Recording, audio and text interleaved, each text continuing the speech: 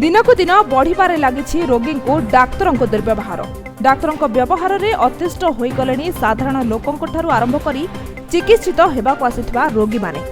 जदि कहीं एठारे प्रतिवाद करे तेबे तांकु अकथनीय गाली सह मानसिक निर्यातना सह्य करिबाकु पड़िथाय।